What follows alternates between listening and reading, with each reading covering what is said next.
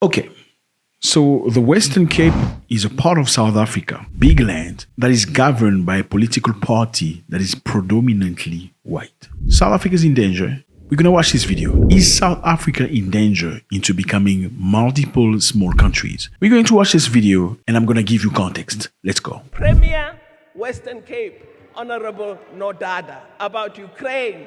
But today you say we must ignore genocide in Palestine.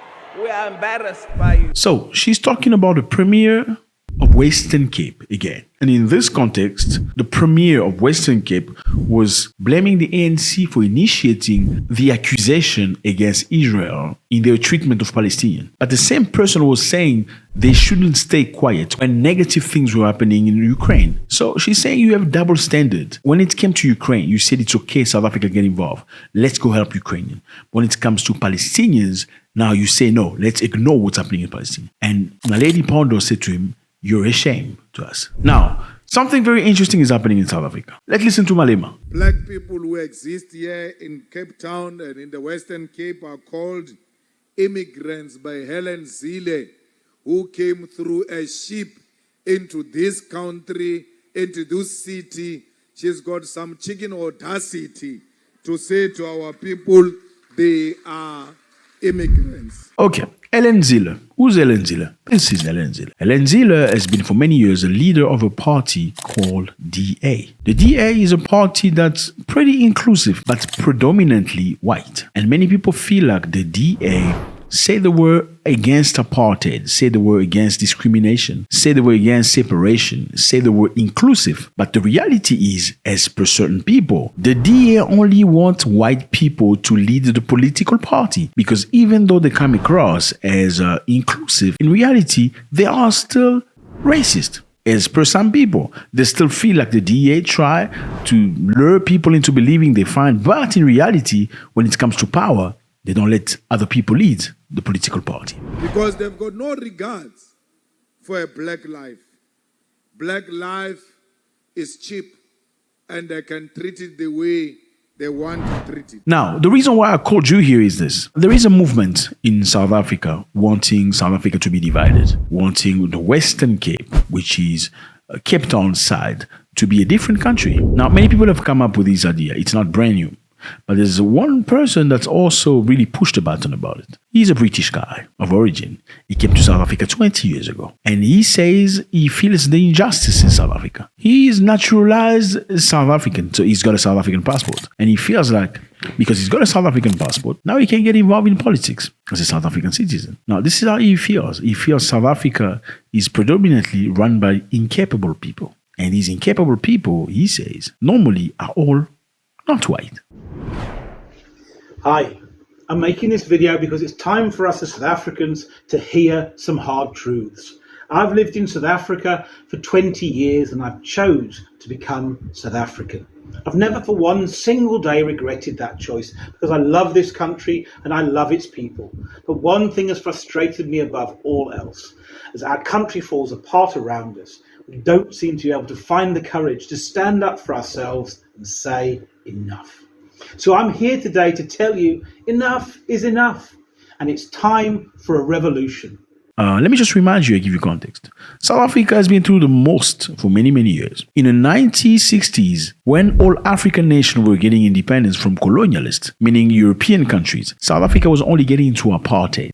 And apartheid is a system that separated blacks and whites and every other race from eating together, from going to school in the same place, from profiting of the same thing, from getting beneficial treatment in the same way. So white people could go to certain university, black people could not. White people could eat in certain restaurants, black people could not. Some places were reserved to white people. They treated black South Africans as subhumans. They were not allowed to talk, not allowed to discuss, not allowed to respond to a white man in a contradictory manner. They were not even allowed to move from one space to another in their own country without a passport and a visa. Nelson Mandela fought very hard and he belonged to a party named the ANC. The ANC was predominantly black. Obviously, when you suffer, you tend to come together. And many other political parties were predominantly white. 1994, fast forward, the country has come together. Nelson Mandela out of prison, he ran for election. Because black are the most people in South Africa, They won the elections. Nelson Mandela did not want to punish white people for the things, the negative and the bad things they did in the past. He said, okay, let's get everybody happy and let's build the country together. However, many black Africans did not like the approach of Mandela. They expected revenge. They expected something drastic to happen. They expected to take things over, to take things from white people. That was not the approach Mandela opted for. However, South Africa moved forward. The country became democratic, but now there was many different political parties. The ANC, again, is the political party where Nelson Mandela comes from. Even Julius Malema was grooming the ANC until he was kicked out and decided to launch his own political party. Certain people in the Western Cape, they are not black, want Western Cape to become a country of its own within South Africa. In politics, there's one word you never use, and that's never. All the newspapers says that the ANC will never rule this country. They even wanted to kick Botha out for just suggesting there might be a black president sometime. Okay, and today we have a black president. And now there's a political party named Cape Liberation. One of the pioneers is a British guy. He came from England, immigrated to South Africa 20 years ago, more than 20 years ago. And after 20 years being in South Africa, he now decided to say, okay, I'm opening my political party, or we're opening our political party. My name's Phil Craig, and I'm going to be leading a new political party called the Referendum Party, which is going to launch on the 9th of November. And we want liberation. We want freedom from the other side of South Africa. We feel like things are being run like, you even call them imbecile. You say, I'm being run by racist people and imbeciles. So firmly, from what you understand, listening to him, you would think. As South Africans, we've been shamed into silence. Being called racist has become a shock collar that's used to control us. We've reached the point where nobody wants to say the emperor is naked. Well, the emperor is naked. Our country is run by arrogant, incompetent, corrupt imbeciles. Clearly, he says he doesn't consider black people. He sees them as racist. Black people don't vote for other people because they are racist. So by saying that, in other words, you're saying they're unable to think for themselves. So they can only vote the ANC because, and purely because they're black like them. And because of that, the only solution is to cut the country, to remove Western Cape, which is a province, and make it a country of its own. Listen. Because they've got no regards for a black life. Black life is cheap, and they can treat it the way they want to treat it. Today, there is a sponsored view that Western Cape must become an independent country. All they are saying is the Western Cape must become an independent white colony so that they are away from what the Constitution of South Africa demands, that South Africa belongs to all who live in it, black. Clearly, he says they want Western Cape not to necessarily be a free country. They want it to be an exclusively white country. My biggest question is, can you come from a country named Britain or England or whatever you want to call it, go to a different country, naturalize, get a passport and say, okay, now we want another country from this country? Isn't that a massive amount of audacity? I'm asking myself. You let me know. Let's go. They want an exclusive area for white people. That's why they call for an independent Western Cape. I don't know why they can't take their bags and go to Orania or go to any place where it's exclusively white. Okay, Orania. He spoke about Orania. Orania is a town that is exclusively white in South Africa. Nobody else is allowed in Orania. Only white people. And the terms and conditions apply. And all the workers, all the cleaners, everybody's white in Orania. So it's basically like they have their own money, their own currency, they have their own system, their own schooling system, they own everything. Okay? It's a country, or let me say it's a town that's exclusively, I don't know if you can call it a country because they have their own currency. It's an exclusive country, only white people in South Africa. I don't know how allowed that is constitutionally, but it does exist. There is a city named Orania where only white Afrikaners are welcome. No black. Now, Malema says to them, if you want a white-only space, why don't you go to Orania? There's already something created for you. Do you want to break Cape away from Africa for you to create another country? Insane, isn't it? It is insane. There will never be an independent Western Cape. Western Cape is South Africa and South Africa is Western Cape. So Orania people believe that Orania is the safest place in South Africa because there aren't people that are, you know what I mean? They firmly believe it's a safe place to be. You can do whatever you like. Let's not forget that South Africa in general is not the most peaceful country when it comes to robberies, armed robberies, violent robberies. You get quite a lot of that. Now, Orania, on the other hand, is not.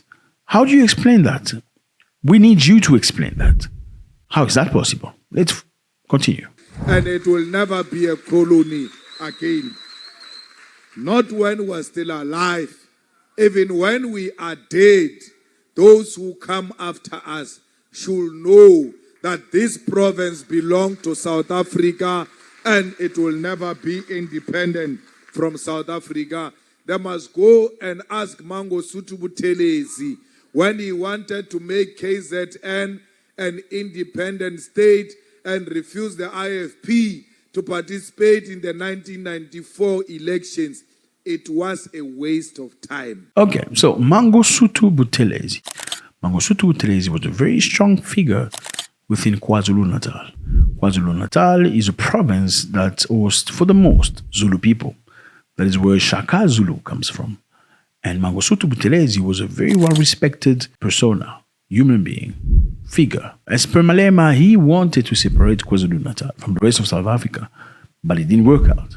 Why would somebody want to do that? Most of the time it's because they want to hold power, or they feel they have more chance of running a country as a president if they separate their province from the entire country. Same thing, same process, different views, different color. Let's go. Whether he liked it or not, he ended up joining the elections in 1994. That's why the IFP was there through a sticker on a ballot paper, because it came too late. They said Natal was independent and therefore it was not part of South Africa. Natal is part of South Africa and it will never be independent. So Helen and all sponsored molecules that exist under her, they should know this province very soon will belong to the EFF and it will be fully declared that it belongs to South Africa. These tourists who are coming here in their numbers should never confuse her to be meaning that these tourists belong to South Africa. They remain tourists. And therefore, by being here in their huge numbers as white tourists does not make Western Cape an independent state.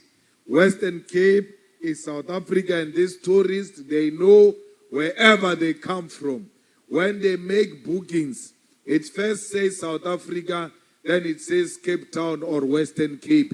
It doesn't say the independent state of Western Cape. They come to the Republic of South Africa and eventually come to the Western Cape. Okay, so Western Cape has a massive amount of European descent or white people. A lot of it. There's a lot more white people in the Western Cape than there are in any other space of South Africa. So when you walk into Johannesburg, you see a lot of black people and a number of white people. If you go to Western Cape, it's almost like the opposite. At least you get a massive amount of white people. So by Malema referring to them as these stories, he's reminding them that they're foreigners, even though they've been living in South Africa for centuries, or even though many of them have been born here. Again, I personally feel like living together is a good thing, building something together, but within the level of respect, provided that you respect each other. And respecting each other is okay. Let's forget the past. If we can forget the past, we can't really forget the past because, Jewish people don't forget the past. You just have to treat each other correctly and appropriately, respectfully. The idea of slicing the country because you feel like black people are some type of way, I don't know how I feel about it, because it feels like you've come to my house by force, you've occupied the entire house. Later on, you say, okay, let's live together in peace. But then you say, okay, no, from now on, I want to build a wall between the lounge and the bedrooms. So I'm going to keep the bedrooms, you can keep the lounge, even though the house is actually mine. That's literally how it is. It doesn't matter how much, how you were born. Let me know how you feel about this. It's always a great pleasure to have your insight. Is South Africa finally going to fall apart? Because there's a lot of resistance between people. Is this eventually going to get to a point where the country separates? Is this a danger? Reminding you, there is already a city named Orania where there's only white people. No other person is allowed. And now the idea of taking the whole Western Cape and creating a brand new country. God bless.